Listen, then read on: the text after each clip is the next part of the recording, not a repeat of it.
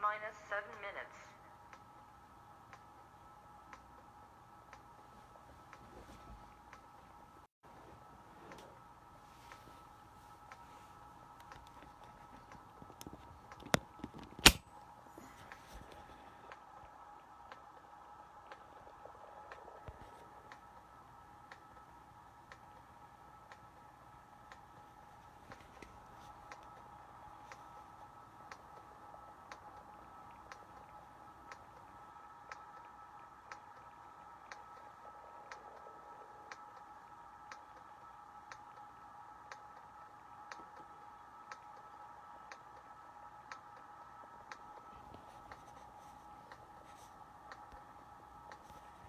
Okay, I'm working on this, guys. T minus 6 Um, minutes. Nobody ever said this would be easy.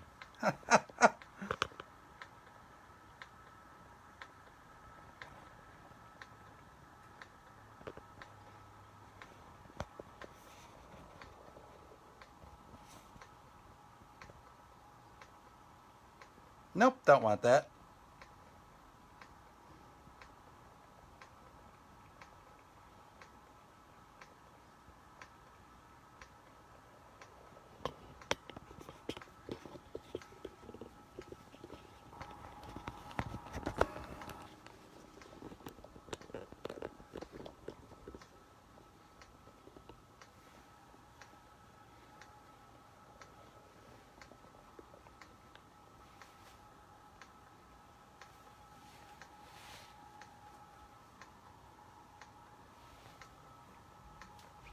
T minus 5 minutes.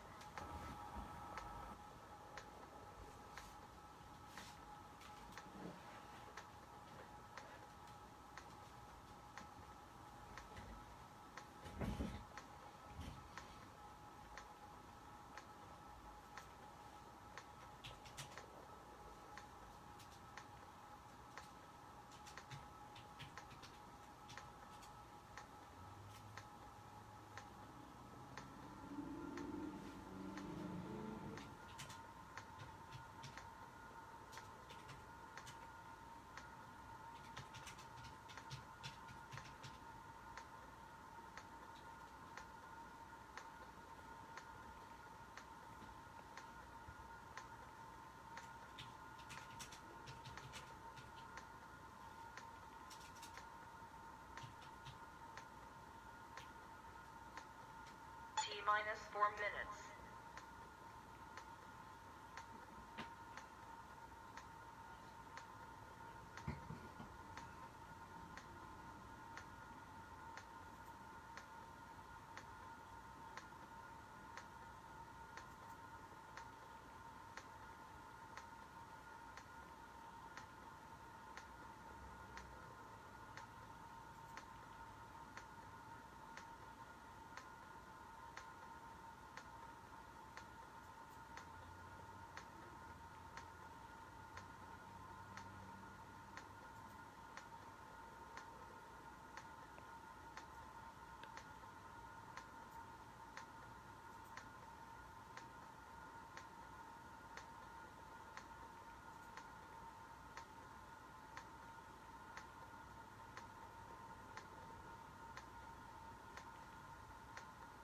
T minus 3 minutes.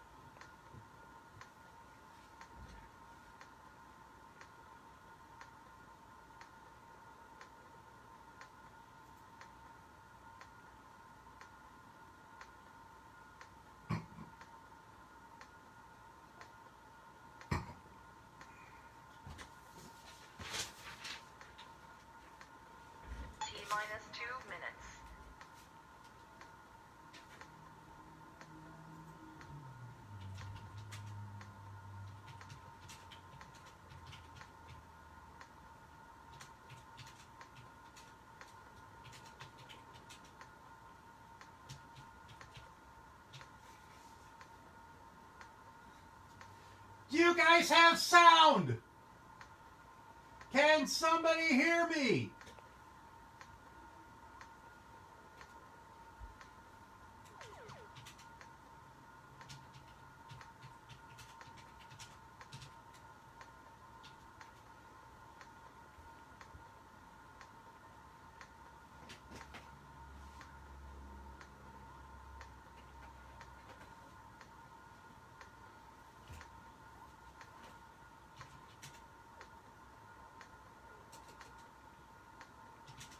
Minus 1 minute.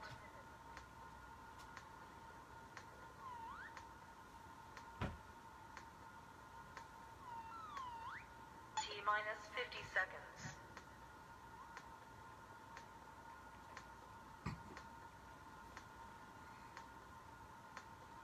T minus 40 seconds.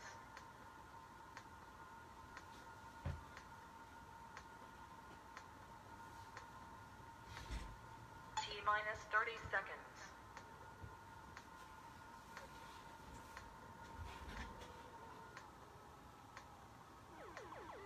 T minus 20 seconds.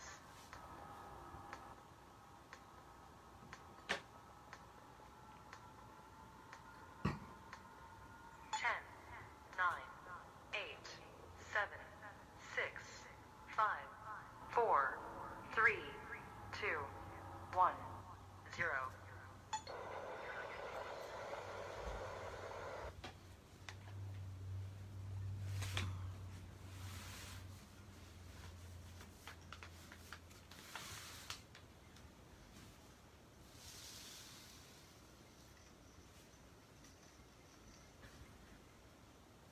T minus 20 minutes.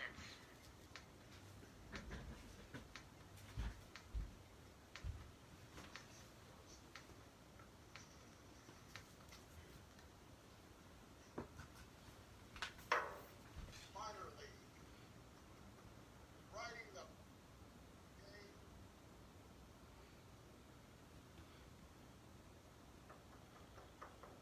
Hustle, hustle, hustle. The kid sits next to me. Looks like a good day, he says. He won't be here long. Coach claps his hands. Hustle, hustle, hustle. It's about speed, reaction time. Between a line drive and a long fly, seeing the ball tear away from you like the rest of your life. Heading like a shot from the wall. Some lame ass trying to chase it down. But you can see it's too much space. It's too much ground to cover. The world coming in on you. And you hear from the dugout. Hustle, hustle, hustle. A cup of beer lands on the warning track. A cheer goes up, louder and louder. They love the kid. They love the kid. They love the kid. They love the kid. He's going all the way. Where fame and infamy, annihilation or transcendence are waiting in the power alleys, the short porches, Death Valley. Time and space, whirling, undefeatable. Between them, creatures of undefeat, on the road, parking the hotel bus, hustling.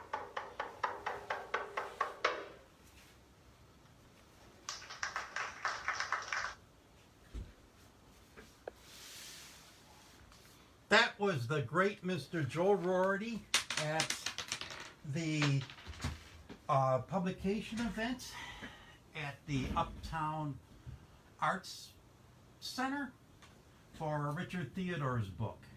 If I can't remember the exact date, if you want to know the exact date, you could go to History of Chicago Poetry and they'll tell you where it is. Let me turn this off because I don't like the way it looks in the background. Okay. Hi! I'm Dave. This is the first Puddin'head Press Poetry Hour on Facebook Live, and I have no idea how this is going to work out. and I have no idea what I'm doing. So yeah, pretend I know what I'm doing all the time, and I really don't. And I got like this Mickey Mouse setup here, and you guys have seen part of my Mickey Mouse setup because it worked Mickey Mousey. And anyways, I'm doing this because I've always wanted to have a safe place. I mean, I always wanted to have a place where people could come and they could hang their problems and they could hang their, um, you know, cares at the door. And that's what I hope I'm doing with this. Always wanted to make some place where people could come and hang their crosses by the door, a place where sadness and tragedy cannot penetrate. But this is something that I could do now. And I know that it's a rough time for everybody, and I want to try to keep the poetry scene going. We spent a lot of time together, the poets of Chicago and the writers of Chicago, and the fans of the poets and the writers of Chicago. And I want to keep what we have in the city going, and we could do it if we do it online. There's all kind of neat things going on right now. Eric Yankee got sick the other day, so he had to cancel his Saturday night show. But he's rescheduling for Wednesday nights. Earlier tonight, Elizabeth Marino had her poetry show. And Ramden Shumway down in Austin is doing her, did a poetry show last night, Saturday night she did a poetry show.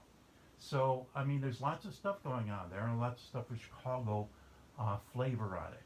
If you're not getting our newsletter, send your email address to phbooks@att.net, or you go through our website, puddin'headpress.com or puddin'headpress.net. I kind of prefer you go through the .net because I'm trying to get a little bit more notice for that. I'm eventually going to dump the .com and point everything to the .net. So I'm going to try to do a poetry show. I've done poetry shows before. I never did a poetry show anything remotely like this, and that's going to be very obvious to everybody. And also we got, we're going to have some special guests here, and we're going to have all kind of fun stuff that I never tried before, and we'll see how it works. And if this works out well, we're going to do some future ones. And if I don't blow a fuse tonight, or a piece of equipment doesn't blow up, because it's getting warm in here, I'm going to do this next Monday, and later on, if everything works out okay and I got some kinks worked out, then we're going to announce what's going to be going on in the future. Because everybody, there is a future, okay? And yes, I'm kind of making this safe space here where people could escape and where people could come and hang problems by the door. And I'm trying to make this safe space because, you know, things are going to get better. And as poets and writers, as people involved in the literary community, for centuries, it's been the job of poets and writers to help people not despair. And that helping people not despair starts at home. It starts inside you. So there's no reason to be despair, and we are the magic makers. We are the dreamers of dreams. We are the ones that are supposed to go out there and inspire and eliminate the despair from people's lives. It's been going on for centuries, if not millennia. Okay, I don't know that much about poetry history, so I don't know if 2,000 years ago, or even 4,000 years ago, somebody named David, maybe even, was writing poetry to try to inspire people not to despair, and trying to inspire people that their lives are going to get better. They just have to have faith, and they have to keep on moving forward. You know, I am, and a lot of you know that I've been fighting this current situation.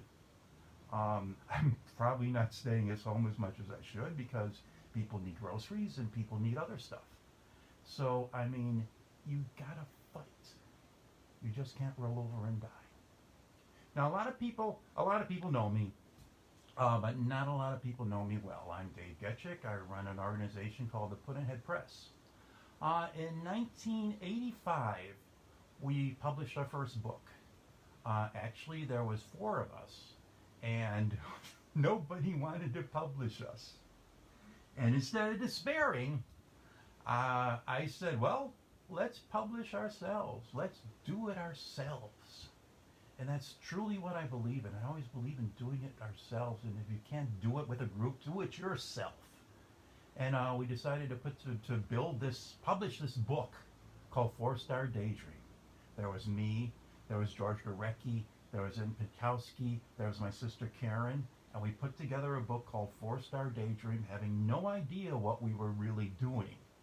I mean, I read books, I didn't have a YouTube to watch or anything like that, but we came out with a book, 4-Star Daydream, had 500 copies printed up, and within a year and a half or so, we broke even on that. And it gave me the bug to continue on with Puddin'head Press. So I've been doing this kind of stuff since 1985. And I don't know. I somehow think in the end, it's worth it. And if we're going to put together a world and a community in the future, and yeah, we're all going to be doing great poetry and great writing. Actually, I do a lot of I'm doing more short stories lately than I am poetry. And yeah, I've been busy with everything in the world. My poetry newsletter, I'm trying to try to do that every other week at least. And if you got events, send them in to phbooks@att.net. I'm really looking for Chicago-based events and Chicago-based news. I mean, they recently came out with Rhino magazine.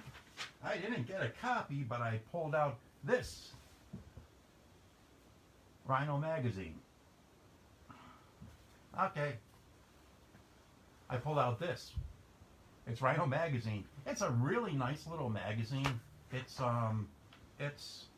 47, 48 pages long, and it's stapled. It's a perfect bound little job here. And I have my 1982 copy of Rhino magazine. But this Rhino 2020 just came out. I don't have my copy of Rhino 2020 yet, but hey, maybe I will eventually. But anyways, I'm not here to talk about myself. Actually, I'm here to talk about myself because I like talking about myself. I'm going to go back to the secret closet in the back of the Puddin'head office. Don't tell anybody there's a secret closet back there. I keep Daleks and all kind of weird stuff back there. And I am going to call up a poet. And I hope that this thing's working okay. And I hope that all this weird high-tech stuff works out okay. But let's call a poet. I should call this thing Dial a Poet. And we'll see whether this works.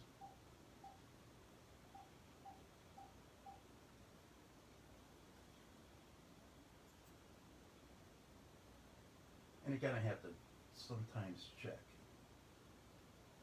Hi. I'm okay. Can I put you on speakerphone?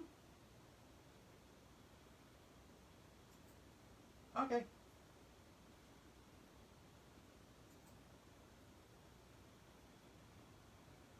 Hi, Tom. I'm going to put you guys on speakerphone. We'll see how this works. Okay, here we go. We're going to press this. Okay, I want to ask a question too. I'm going to... Okay, you're on speakerphone. Okay, I'm good. Okay. Okay. Huh. I'll go. Should I take you off speakerphone and so you could ask the question? No, I'm all good. I didn't want to have you talking and on the PC and then trying to talk to you on the phone. Okay. So we're good. We're good to go. You should be able to turn the sound down on the PC. Oh, I did. I did, but I don't want competing, you know what I'm saying? So we can see your beautiful face. Wow, I can't see your beautiful face, but I can hear your beautiful voice. Thank you. You guys holding out okay?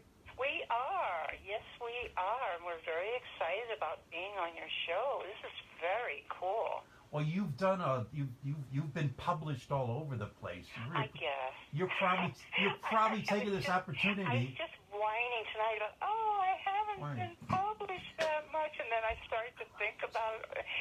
Yeah. I'm very fortunate. I'm very blessed. Yeah, I have to get my stuff out there a little bit more. Wells Fargo. Okay. The call from Wells Fargo is telling me that I'm my like account's overdrawn or something. Oh dear. Okay.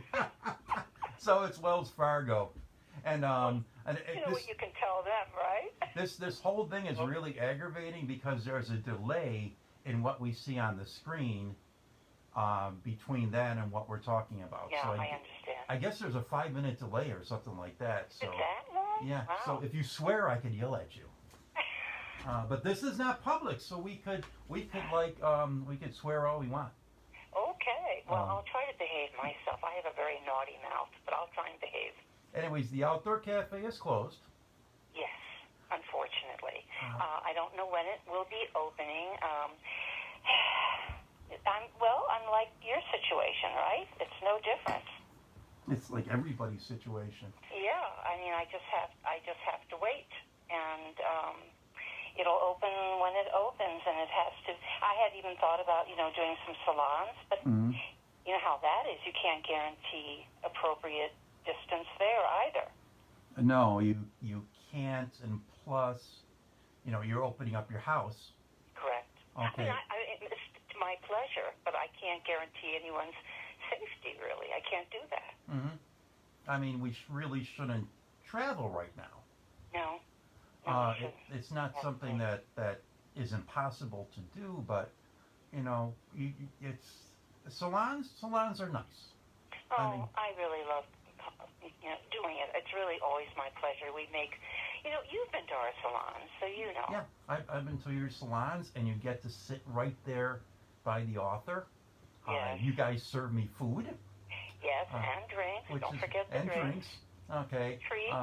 Yeah, free. I mean, free. I really usually I'm looking the author in the eye. When you look an author in the eye, it's hard not to spend money on their book. Yeah, exactly. Now you've done every little part of a literary world and a literary life has every little part has a part. We got open mics, and I love open mics because they're like a gym. Okay, and right now we have all these aspiring poets and aspiring writers that don't have a gym to go work out on.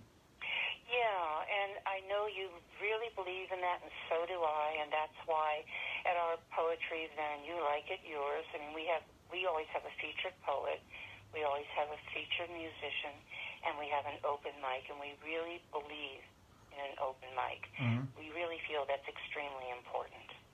But there's Something for everyone. There's also things like the Rhino has a great workshop that they do. Yes, they do. Up at the Evanston Library. They really do. Yeah, it's superb. And it's also very well attended. Mm-hmm. I mean, I really like that about the Rhino thing up there. Helen used to by run the way, that. to tell you, I just received the Rhino book. It's really excellent. Well, I got mine. Yeah. The staples are fine. Yeah, it's really a fine one. It really is. And then I pulled out my 1996. Hey, you know what? And my I think I have 1999. one of those too. What? I think I have one as well. I might have sold you a 99 because And somebody which one wound up is with it? a bunch of copies of it. It's very. Okay. It's What very. year are those? I got a 96 and a 99. I forgot you can't see me. Yeah. Um, No, I can see you. I just didn't. I wasn't able to catch the book. Okay. The year. But there's all these different parts that go into, and what you guys have done. You guys have done a lot of workshops in schools and stuff like that too. Yeah. With schools and even in a convent, we did one, which was fun. What's your favorite part? Oh, you know what? Every part of it. I mean, just the interaction, seeing what happens. It's always a surprise, right? Mm-hmm. We had one, though, through and Patrons, where, as you know, Poets and Patrons, they send you their work ahead of time. So you, the workshop leaders, can look at the work and then bring it in and then talk about it. And we had one workshop, right, where we, what we decided to do is we were showing, the workshop was on forms, how to create different forms for a poem. So what we did is we took every poem that was sent to us and we made at least 5 different, we actually created 5 different poems for each person using 5 different forms and then brought those in so they could actually see what could happen if you use different forms, like a sestina form, you know, or a triolet or whatever, just so they could see that you could take the same poem and play with it and manipulate it and do different things with it. I went to your workshop on poetry noir. Oh, noir. Well, that's my favorite, you know. And when you were doing this book, Sliders. Yeah. Okay. I mean, I first saw your written work when you were doing Lute. Yes. Okay. And then we got Floating Words. And then we got Floating Worlds. And Scarbo. Right. And Floating Worlds, and then Scarbo was next, and then the second edition of Scarbo, and then Sliders. And Sliders, you know, I was thinking about influences and how we're all in. Well, I think it's inevitable that somehow or other we're going to be influenced by people, and how who influenced me when I was writing Sliders, and it was most definitely Weldon Keys. Are you familiar with Weldon Keys? I read a little tiny bit of Weldon Keys. I'm not really familiar with him. He's quite interesting, and his stuff is pretty noir, you know. But I did it in Sliders. I don't know how much of it you read, but there's a lot of I read the whole Sliders. In Sliders. I love Sliders because there's a great grittiness to it. I mean, there's guns going off and people getting shot and people calling bloody into the. I mean, this is a guy's poetry book because of all the. Okay, I'm making a generalization. This is a guy's poetry book, guys. There's people getting shot. There's cops in here. There's corrupt cops in here, and there's all kind of stuff. And you should get this book. Sliders is a. What did you think of the poem 34 Times where he's stabbing? Well, yeah, I mean that's an example of what I'm talking about. Yeah. I mean it's about murderers and about and mayhem and everything else. Yes, indeed. And it's about sliding in and out of reality and stuff like that. Yeah, and isn't it appropriate for the times we're living in? Yeah, but I love the cover of Lute and like the format of Lute. Yeah. I mean, it's a long, narrow book, and I had copies of all your books here, but that's okay. I was doing too much stuff. That was my first book, and oh my goodness, if I could rewrite that book, I would. You know what I'm saying? Our first books are, you know, they're learning tools. Well, Tom had Griever Circuit. Yeah. And then we had Shapeshifter. Yay! And remember we went back and forth with the cover artist with Shapeshifter, Tom, and I said I wanted pages on a wall and yellow pages that look like they're falling off. And she just did these square things, and I'm like, no, that's too much of a pattern. Just randomness, and they're falling off to the floor. And I think she got a little bit pissed at me. Yes, because she did the humane thing, you know, because poets need to have just things ever so. But if you look really, really close, you could see the text of your poetry in the yellow pages. Yeah, I know. Isn't that I got onto that real fast, like maybe after about a year. Yeah. But she put misspellings all over them. Yeah. I love that cover. I think that's really a neat cover. I mean, I one of the things I like a lot is doing cover design. And I mean, Puddin'head is almost a one-man operation. Okay, I have these Puddin'head elves that have been essential for the operation. Jeff Helgeson has been essential to me, and I don't know. My friend Judy has been essential in the design of the covers, and the poets have been essential to me because the poets are great. And you guys are great. Thanks for being on my show, the first one. Yeah, our pleasure. So we don't know about one thing I've always really respected of you from the Outdoor Cafe. You had a lot of probably 75% of the performers you had there. Now you just didn't have poets there. Okay. You also had every show you had a poet and you had a musician. Correct. Okay.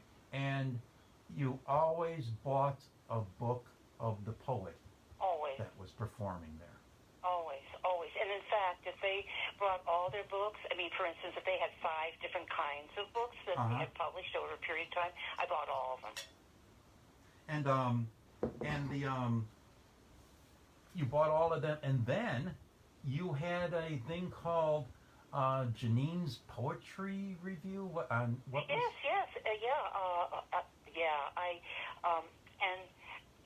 On your list. Yes, that's true. I forgot about that. Yes, I do very modest little reviews. I don't consider myself brilliant in the review department, but I try to do my best to promote the books of poets that are in Chicago and elsewhere whenever possible in my own small way.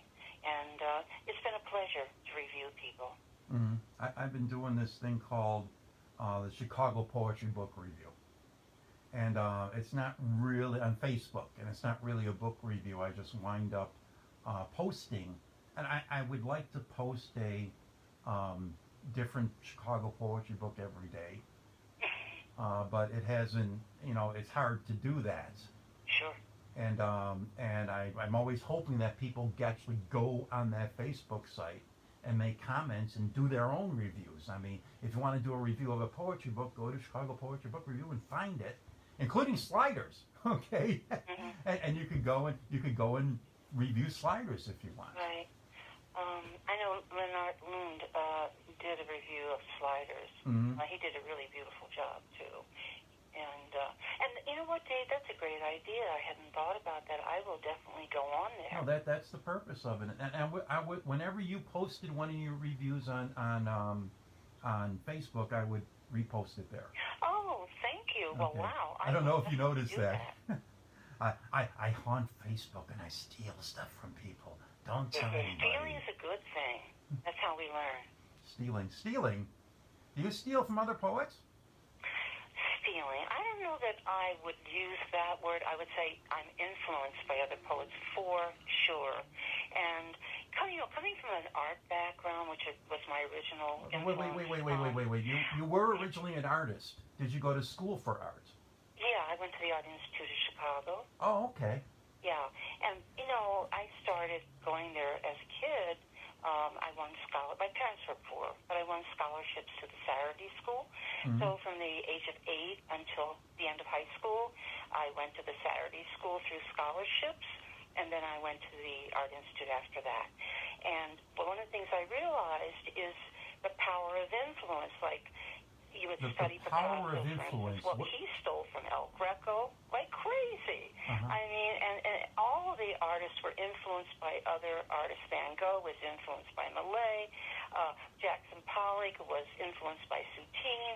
I mean, influence is very important. That's how we learn. Okay, who are you influenced by? Oh, God, you want a list of the people I really influenced Okay, by? give me 5 influences. I'll give you a few. Give me 5. Adore Lorca. And Okay. I'm talking the older artist Jack Spicer, which some people may know of. Of course, Rilke. I adore him. Jack Gilbert. I really think his poetry is really interesting. Fernando Pessoa, who writes, he's a persona poet, so he definitely influenced me. Those are the guys I really like. Anne Carson is my most favorite woman poet. She's just outstanding. And I could think of other people. Ezra Pound, Yeah. of course, as you know. You just named some poets like Spicer. His work is really hard to find. Really? Yeah. Oh, I don't. I mean, I have all of his books. You know.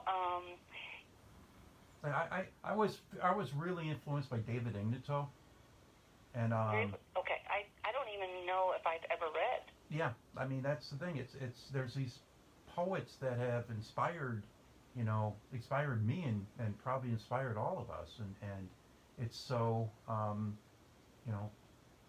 there's so many people that haven't read them. I mean, this guy here, Yeah, there's so many. this guy here, great John poets. Dixon, is an inspiration to me. Yeah, but you know, Dave, there are so many brilliant poets. We have an embarrassment of riches, past, present, and future. You know what I'm saying? I'm reading a young woman now. Her name's Jamie Hills. Oh my God, her stuff is fabulous. There's a lot of really wonderful contemporary poets, and if you go into some of the more there's a journal called N+1. Okay. There's some wonderful poets in there. I mean, brilliant work everywhere. Tom, who were your influences? All various poets of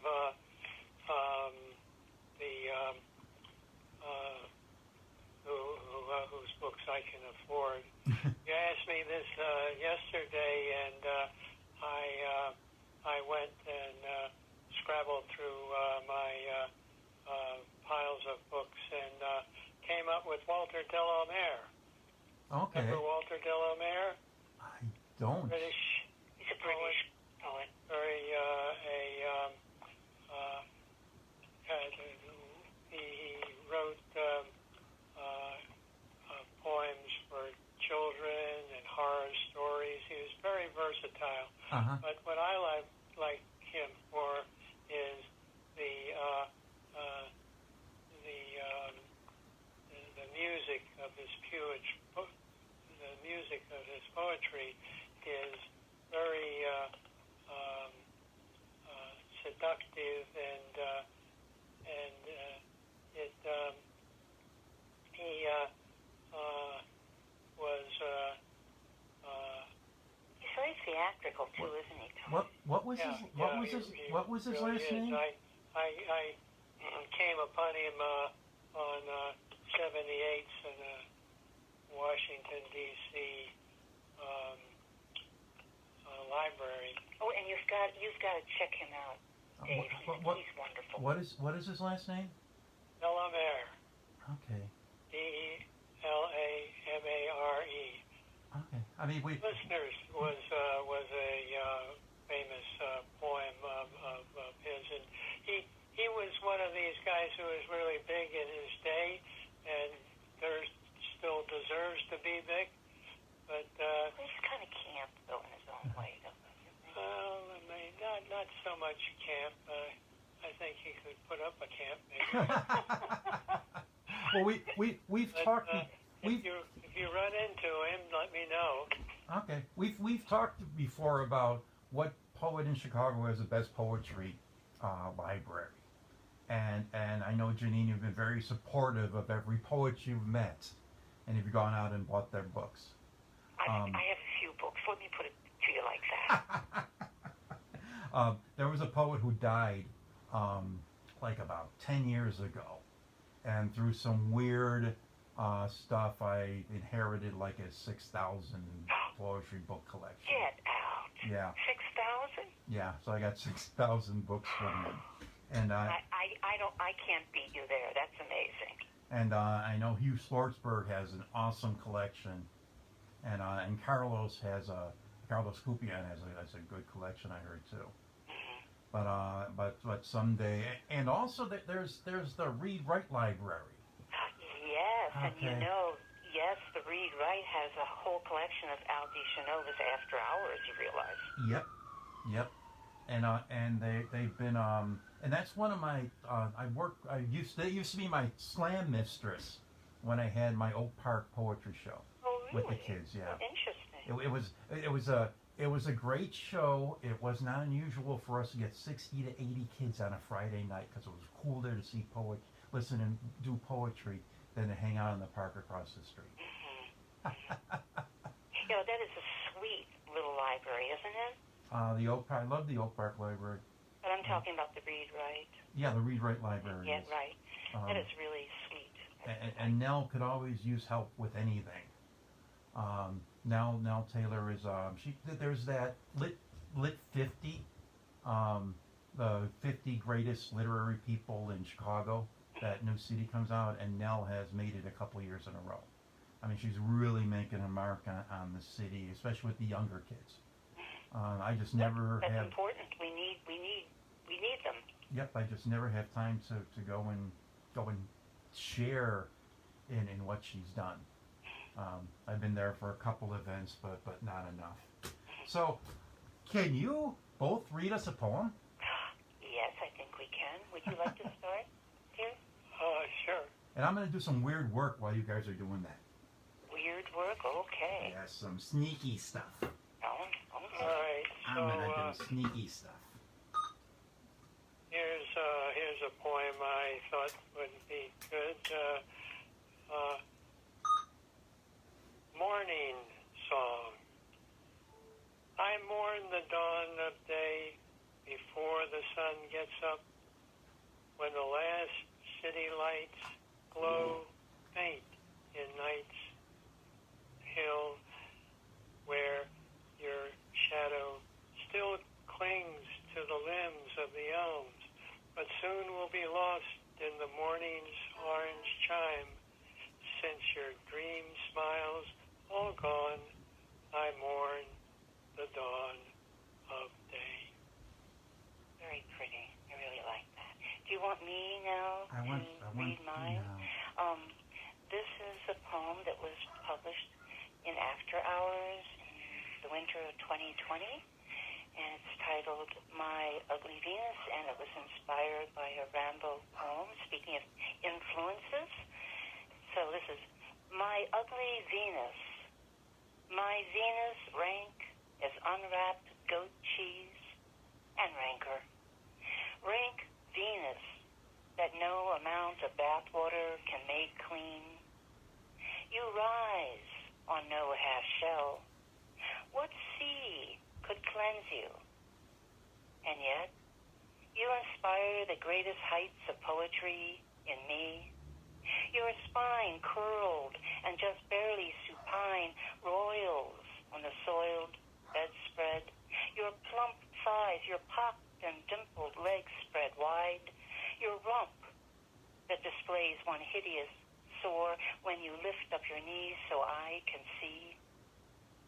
I would kiss you if I could, but I cannot bend. Curse old age that prevents such liberties. Here, be quiet, my Venus flytrap, my blotched and cankered rose, my man-hungry muse that stinks. While my soaring words and cadged lines add luster to your monstrous shine. I don't know whether to clap at these things or not.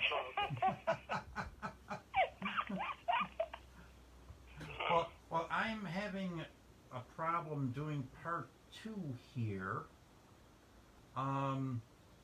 So give us another poem. Oh, okay. Give us another poem each. You want another? You do want another? Yeah, I got one. Yes, one here. more. Okay. This one is a parallel to the other one. Evensong. I love that time of night, before night comes, when the last lit skies rest brew in the elms, and the limbs are as black as the night that comes, and their silent leaves are but a thought of green. When you are near, I love that time of night. And so mine, again, is influenced by a Rambo poem, a very, very long poem that I certainly truncated and made very different. But it's titled My Dear Ophelia. My dear Ophelia, I assure you that you are quite dead. You float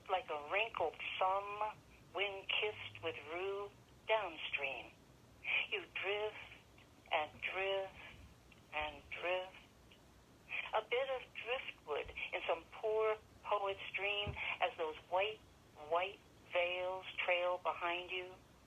Seaward. What liberty, then?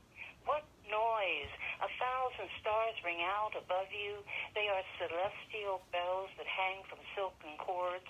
The cries of 1,000 lunatics let out of lunatic wards. The crazy songs of strange young boys with infinite eyes. And it's true. Each star dies for you, each one. And all those young boys that we put into earthen jars. What a waste of words and stars, Ophelia. You are quite dead. That's the end of that. Okay. How important do you think it is to read other people's poetry? Read other people's poetry or be influenced, or both? Both. Okay. Well, I think you know, because we've had this conversation before, I think it's extremely important to understand what's gone before, to understand your legacy, what's been left to you. And I don't quite know how one can grow as a poet unless you can read other people's work. And yes, there's always that danger of the anxiety of influence, kind of thing, the fear that the influence is going to somehow rather destroy your creativity. But I think just the opposite. I think it's very important to, in fact, be influenced, be under the spell, and learn what really fine poetry is so that you can grow and become a better poet and maybe surpass the poet that you admire or poets that you admire. So that's my take on it. Okay. No, I don't read enough. I read more short stories actually lately than I read. Oh, I adore short stories too. Yeah, so I mean, I'm with you. And it's making me write a little bit more short stories. Well, I think that any kind of good writing is important. It doesn't matter if it's an essay, a play. Like when I was in high school, I read endless plays. I mean, just endless plays. All of it's important. I don't think there's one thing actually is more important than the other. Donald Hall wrote a wonderful book called Essays After 80, when he could no longer write poetry and was unable to really write poetry anymore. He turned to essays, and he wrote brilliant essays. I mean, there's all kinds of ways of writing and appreciating writing. Mm-hmm. Hold on for 1 second. Sure. Okay, I'm trying to stall for a minute right now. Tell us something more about your life. Now, how much has your education and your art background really influenced I'm glad you asked that. I actually think it's really helped me. I think poetry certainly engages the ear, but it also has to engage the eye. You have to make things real. Even if you're talking about something way out, it has to somehow rather be real. You have to be able to visualize and verbally visualize things. And so for your reader, and studying art as long as I did for so many years, really, I think has helped me immensely. Okay, I'm trying to enrich my poetry. Okay, Tom, you studied philosophy. Has that changed your poetry at all? And you had told me that you like teaching the most out of all the poetry activities. Yeah, well, that's because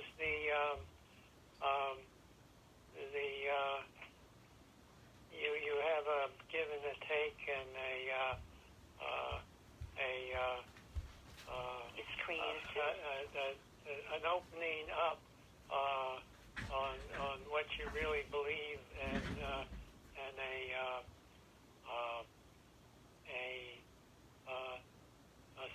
sense of what the person you're talking to is worth considering, and not simply a walking argument that you want to knock down. And so I think philosophy furthers that kind of interaction, and that's also the value, I think, of the parallels, teaching by parallels, where you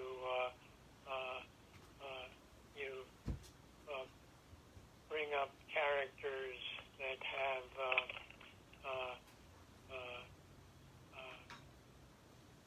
very much like the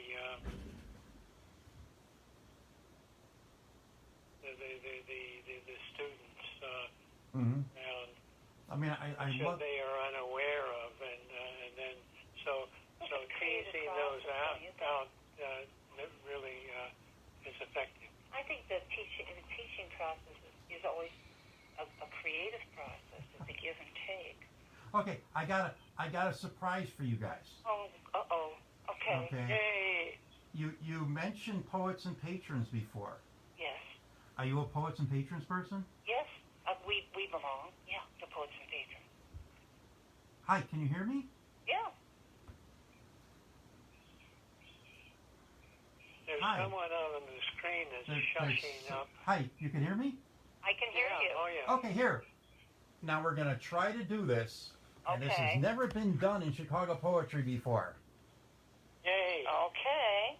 We have a visitor. Oh, who's the visitor?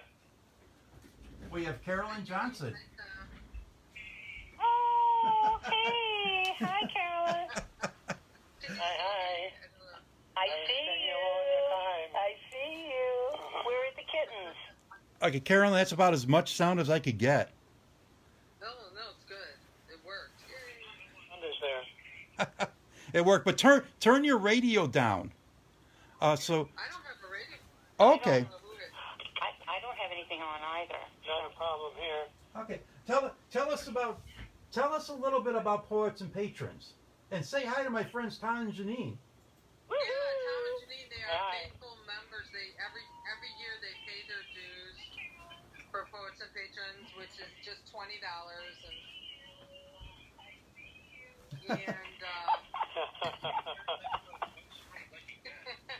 you get a lot of benefits by joining. I think we have maybe about. But turn your radio down. My radio, my volume, you mean? Okay. Your Facebook feed. I think we're getting a feedback from your Facebook feed. I can turn my Facebook off. Okay. Oh. Okay, that sounds a lot better. Okay, I don't have Facebook on, so. Okay. But you know what? I'll just put it on my phone here. That's fine. Well, everything sounds better now. Okay, Yeah. awesome. So you holding out in this vast wasteland out there? Yeah. It's just spending time inside. For me, I'm actually, getting. I guess because I'm an introvert, I'm not going crazy. I don't mind. And I've written a lot too. There was this wonderful month-long free poetry workshop through Zoom, as a matter of fact, that this one poet out from Colorado led. It was really neat, so that was cool. And she was doing it for a lot. I think because of the coronavirus, she was doing it during that time, So, but did you want me to talk about poets and patrons? Yeah, I want you to talk about poets and patrons. It's only $20. It's only $20 a year. Yeah, so we've been around since I had to look up the history, but since 1954, and we're kind of closely aligned with the Poetry Club, which I know Tom and Janine are totally involved right. with. But then we separated at some point or something where I think you all started your own organization, but we've we've been around, and we've been operating out of the Harold Washington Library downtown, and so 4 times out of the year we have workshops where we invite in published poets, typically workshops. We've done all kinds of different topics. Yeah, we've done it.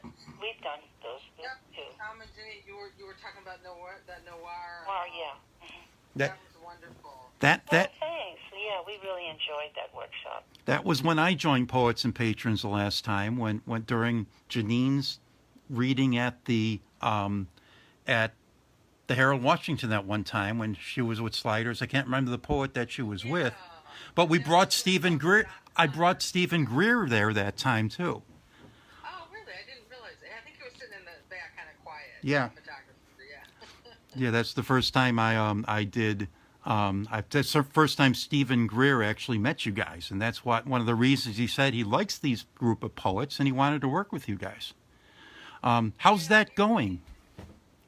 Yeah, we're doing this photography poetry collaboration. We've met to, I don't know, I would say maybe 6 months now. We've been doing these where it started with there's 3 photographers and 4 poets, and the photographers come up. One of them is into noir photography, as a matter of fact, kind of collage type of stuff. And then Steve does interesting. You know, he likes to do, I think, folk photography in Chicago, and then makes it kind of almost surreal the way he does it, black and white. And then we write poems based on the photos. They do photos based on the poems, and we're going to have an exhibit at the Perspectives Gallery in Evanston, and then also hopefully at the Cliff Dwellers. Wow, that's cool. Yeah, it's really cool. It's